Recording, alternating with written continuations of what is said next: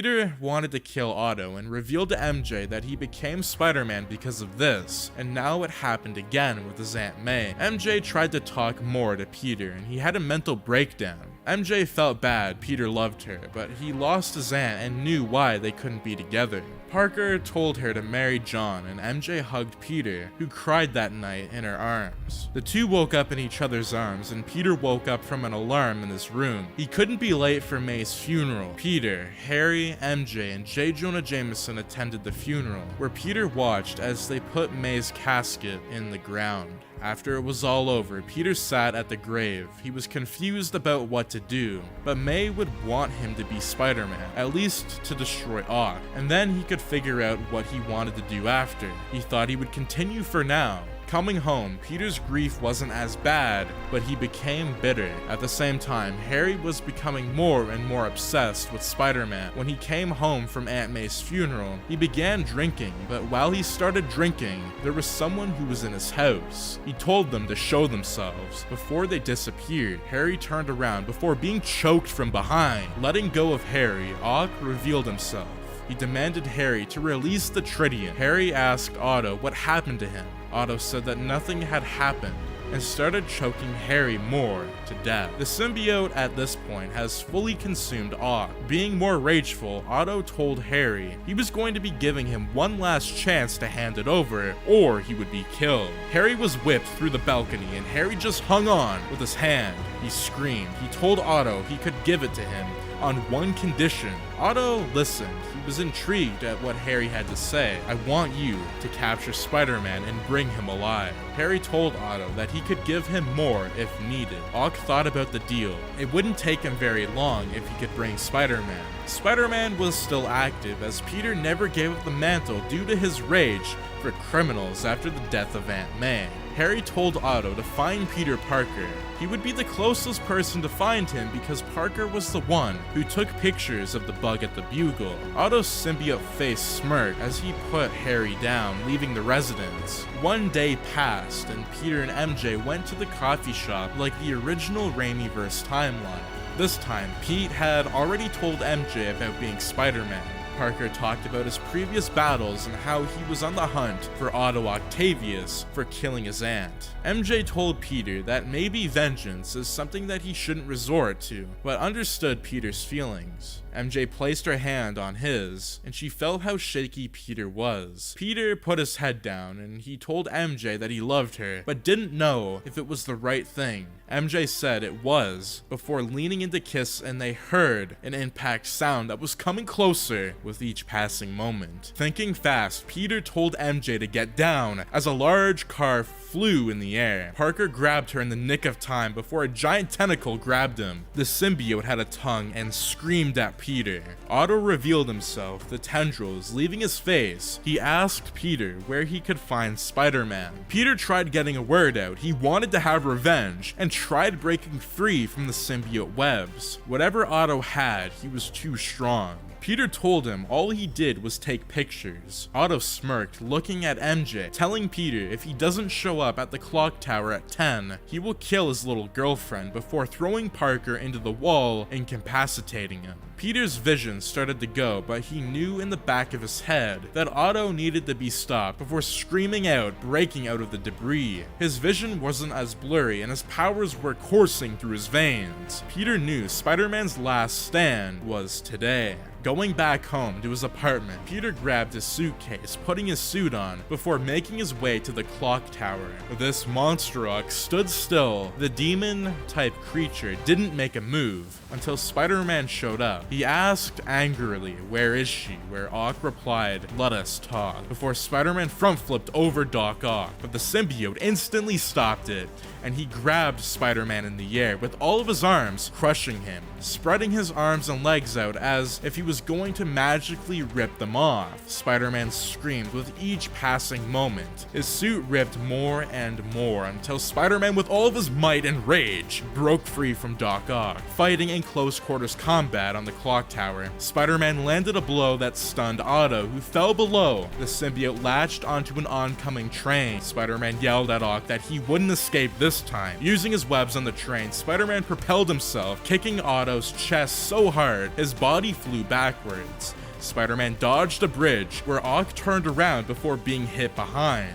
Ock was stunned and kept getting hit by Spider-Man over and over again, before nearly knocking out Otto. Peter grabbed Ock by the neck, who was on his knees, before Ock snapped back to reality, using the symbiote's arms to break the control of the train. Otto smirked and told Spider-Man he had a train to catch.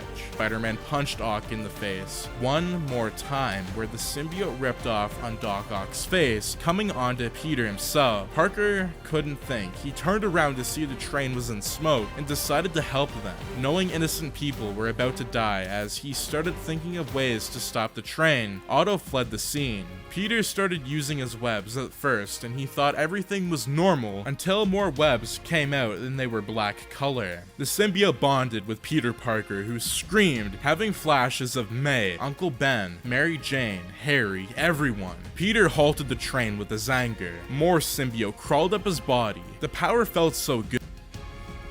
Felt drained though, the amount of strength it took to stop it. He let go of his webs before the people grabbed him. Placing him down, the symbiote covered his mask, where Ock bursted into the train. The people saw the monster and screamed, running away. Leaving Spider-Man alone on the train, the symbiote on Otto was confused why some of it betrayed the host they were in. Becoming angrier, Ock knocked out Spider-Man. We cut to the Osborn residence. Harry had been drinking for some time, and it was a cold night. The wind howled while he was drinking on his balcony. Thinking Otto failed to get Spider-Man, he threw his glass of whiskey before Ock caught it, showing Harry that Spider-Man had been dealt with. Placing Spider-Man's body on the couch, Otto demanded the tritium. Harry ran to his dad's painting, showing Otto the secret vault, before Ock ripped open the vault, taking the tritium himself. Otto left the scene, taking the tritium himself. Otto left the scene, and Harry, on the other hand, had other plans for Spider-Man. But as he turned around, he was already gone. The symbiote had helped Peter escape by swinging on its own. Harry freaked out, smashing and breaking things in his home.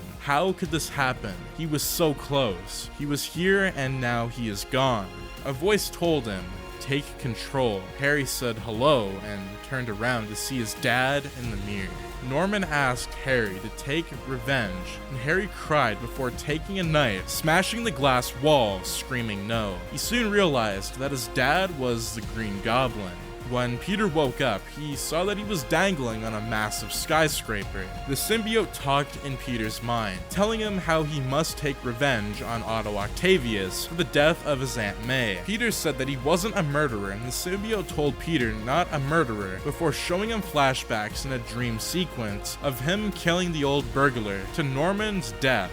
Peter knew what the symbiote was trying to do. He dropped, looking in the glass of the building. He saw a reflection of Venom. He didn't know who it was, but he knew that it was a monster. Tendrils removed Spider-Man's mask, and Peter said, "This is something else." He told the symbiote that he's going to be with him. They needed to work together to stop this. Parker revealed that he wouldn't get corrupted like how Otto was. The symbiote made a deal only to enhance Peter's abilities, and that it wouldn't take advantage of him or interfere. All it wanted was to be a host. Peter climbed to the building rooftop where he felt good, great, better than himself. Spider-Man's face morphed back into his mask before jumping off of the building. At the same time, Doc Ock had been putting up the final parts to his fusion reactor. Before turning it on, Otto smiled when the machine started working. It was actually stable in this timeline. The symbiote revealed Ock's location and where it was. It was at the old fusion reactor docks. Spider-Man made his way there in time. He watched Ock turn on the reactor. The bright lights emerged, almost blinding the whole block. MJ screamed for Otto to release her, and Otto told her to shut up and that Spider-Man is dead. MJ was shocked to hear it, but didn't want to believe it. Spider-Man lurked in the shadows, crawling to where MJ was. She said Peter before Ock's arms grabbed him. He told him that Harry didn't have the guts to kill him, and now he was going to finish him himself. The symbiote also had bad blood, as the other parts of it had betrayed it, going to a new host. The fight was getting personal.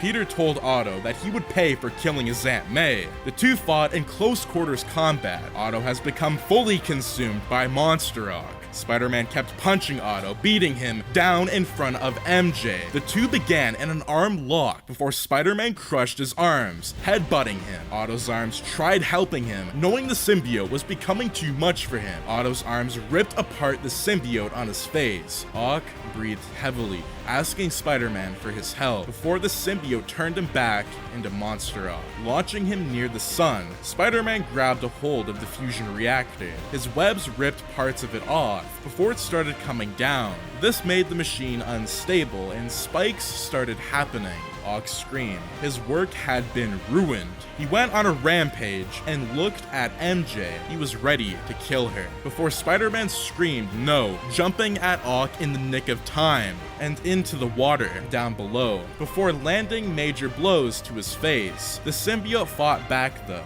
It was a tough fight before Spider-Man saw that some of Ock's arms were damaged from the spikes. The symbiote was burning. Spider-Man backflipped, luring Ock near the sun. Otto walked forward where Spider-Man used all of his webs on Ock's arms. Otto's arms were fused to the reactor, burning the symbiote slowly. The symbiote screamed in pain, trying to come off of Otto. Peter took the opportunity to use his webs, ripping apart the symbiote out of him before whipping it into the reactor. Otto fell to the ground before Spider-Man used his webs, shutting the machine down. When it was finished, the machine had been shut down, landing in the water below. Spider-Man watched as it went into the bottom of the river. This time, the reactor wasn't unstable, so when Spider-Man shut it down in this new timeline, it made a little explosion like the start of Spider-Man 2. But back to the fan fiction, Spider-Man walked towards Doc Ock, who was lying motionless on the ground.